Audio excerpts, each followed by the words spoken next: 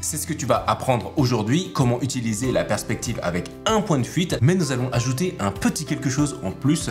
J'ai voulu rendre hommage à un animal qui va devenir son futur compagnon. Mon personnage, la réparatrice, d'ailleurs je ne l'ai pas encore trouvé de prénom, a un caractère plutôt réservé, n'est pas timide, par contre elle peut être colérique. Et justement, elle est sortie de ses gonds lorsqu'elle a croisé deux personnes qui faisaient du mal à un petit chat. Ce chat a eu les pattes avant blessées. Ces deux personnes lui faisaient du mal gratuitement et elle ne l'a pas supporté. Bienvenue à notre nouveau personnage qui s'appelle Bao, B-A-O. En sauvant ce chat, la réparatrice l'a recueilli puis l'a soigné. Malgré cela, Bao ne peut plus utiliser ses pattes avant. Et comme la réparatrice est experte en fabrication et en réparation de toutes sortes, elle lui a construit une petite attelle, une sorte de fauteuil roulant pour chat. Bao possède un regard un petit peu craintif. Il est vraiment inoffensif et extrêmement doux. Sur ses premiers jours, il n'était pas à l'aise avec ce fauteuil roulant. On peut le voir, il ne sait même pas qu'il faut pousser avec ses pattes arrière pour avancer. Il lève ses pattes en l'air et balaye littéralement dans le vide. C'est un chat errant qui va avoir une nouvelle vie et ça grâce à la réparatrice. Cette histoire est un hommage à un vrai chat qui s'appelle Fubao et c'est pour ça que je l'ai tout simplement nommé Bao. Bao tout court, c'est une sorte de brioche fourrée avec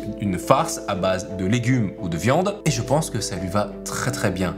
C'est une petite boule de poils toute mignonne et qui va devenir très affectueuse avec la réparatrice. Sur toute cette planche, j'ai dessiné énormément de petites choses qui peuvent être utiles ou non, notamment ces petits dessins kawaii de pattes de chat qui font des signes comme des êtres humains. Évidemment, Bao ne pourra pas les faire étant donné qu'il a les pattes avant blessées. Cette planche est aussi un caractère design. Chaque dessin a été fait au fur et à mesure car à chaque fois que j'en dessine un, ça m'inspire pour en dessiner un autre. J'ai aussi utilisé des références de la vie réelle que je ne te montrerai pas ici car je trouve que les images sont des fois difficiles à regarder. Et d'ailleurs, Fubao se porte très bien, il a été recueilli et son histoire est incroyable. Avant d'attaquer le sujet principal de la vidéo, si tu te lances dans l'aventure du dessin et que tu ne sais pas par où commencer, j'ai publié un livre « Apprendre à dessiner les bases du dessin manga ». Dans ce livre, tu trouveras plein d'exercices pas à pas que tu pourras directement pratiquer dans le livre. Tu apprendras à dessiner les visages manga, le corps humain, la perspective, les paysages, les vêtements et quelques poses dynamiques. Sur 150 pages, c'est une parfaite introduction au dessin manga. Ce livre est à la fois adapté aux enfants comme aux adultes qui se lancent dans l'aventure du dessin. C'est vraiment la base des bases et j'ai simplifié au maximum pour que tu puisses comprendre chaque sujet facilement que tu pourras pratiquer directement en dessinant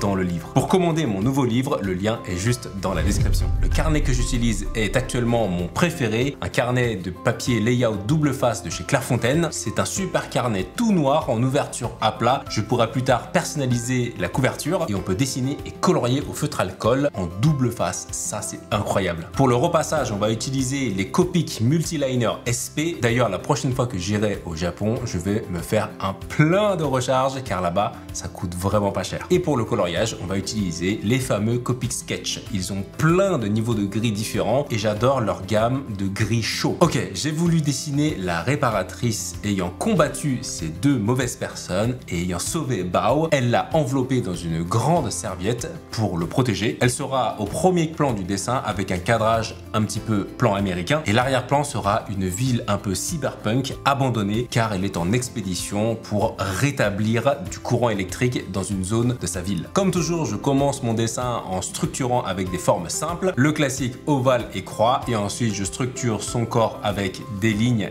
et des formes. Le chat sera dans les bras de la réparatrice et enfin je place la ligne d'horizon qui sera au niveau de ses épaules et le point de fuite qui sera à droite. Petit à petit je trace plein de lignes qui vont vers le point de fuite et on va commencer à structurer un petit peu le paysage. L'important c'est que aucun building passe au niveau de sa tête, sinon on va créer un dessin un petit peu chargé. Pour ceux qui ne savent pas comment dessiner avec un point de fuite, il te faut premièrement une ligne d'horizon. C'est grosso modo la ligne que tu vois entre le ciel et la mer quand tu es à la plage. Sur cette ligne, tu y places un point de fuite et à partir de ce point de fuite, tu vas tracer toutes les fuyantes, par exemple de tes objets ou de ton décor. Il y a la face d'un building qui va toujours être géométriques et les fuyantes qui vont donner cet effet de profondeur. C'est comme ça que tu vas construire facilement un espace avec par exemple une route, des objets de tailles différentes et placés différemment dans l'espace. On va d'ailleurs tout dessiner sans règles pour donner ce côté un petit peu organique car on n'est pas sur une illustration définitive mais un croquis d'ambiance. Comme d'habitude, je dessine d'abord le visage. Elle aura les yeux fermés, le regard assez paisible car elle sait qu'elle vient de vaincre les deux méchants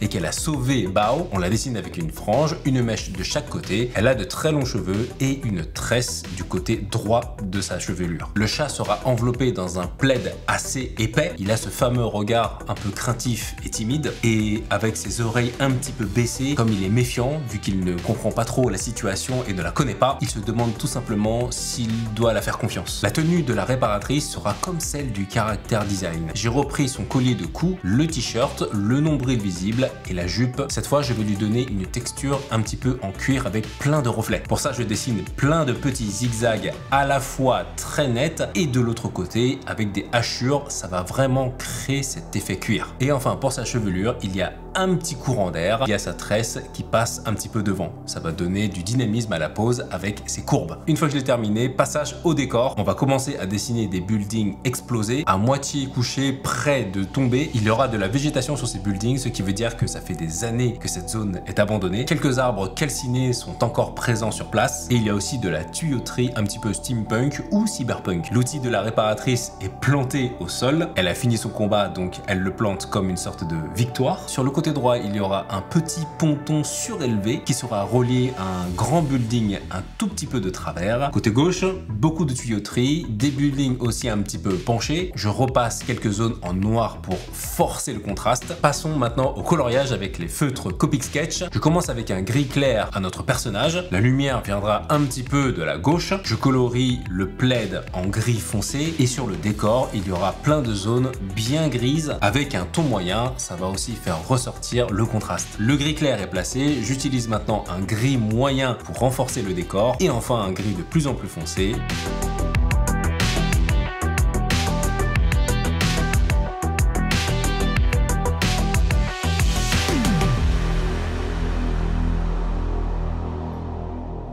Et voilà le résultat final. La réparatrice a sauvé Bao, son nouveau compagnon. L'ouverture à plat de ce carnet Clairefontaine est incroyable car je peux dessiner et dépasser la ligne médiane. Ça crée une double planche d'ambiance assez incroyable. Je trouve que c'est super immersif. Tu sais maintenant dessiner un character design, raconter un peu d'histoire en la mettant en scène dans un décor. Et maintenant tu sais pourquoi il est si important d'apprendre à dessiner la perspective ainsi que d'apprendre la théorie sur la lumière. À chaque nouvelle technique apprise, tu vas level up et tu vas devenir encore meilleur pour raconter une superbe histoire. Maintenant, quelle histoire peut-on raconter pour la réparatrice et son nouveau compagnon Bao? À toi de me le dire dans les commentaires. Merci d'avoir regardé la vidéo et on se retrouve au prochain épisode.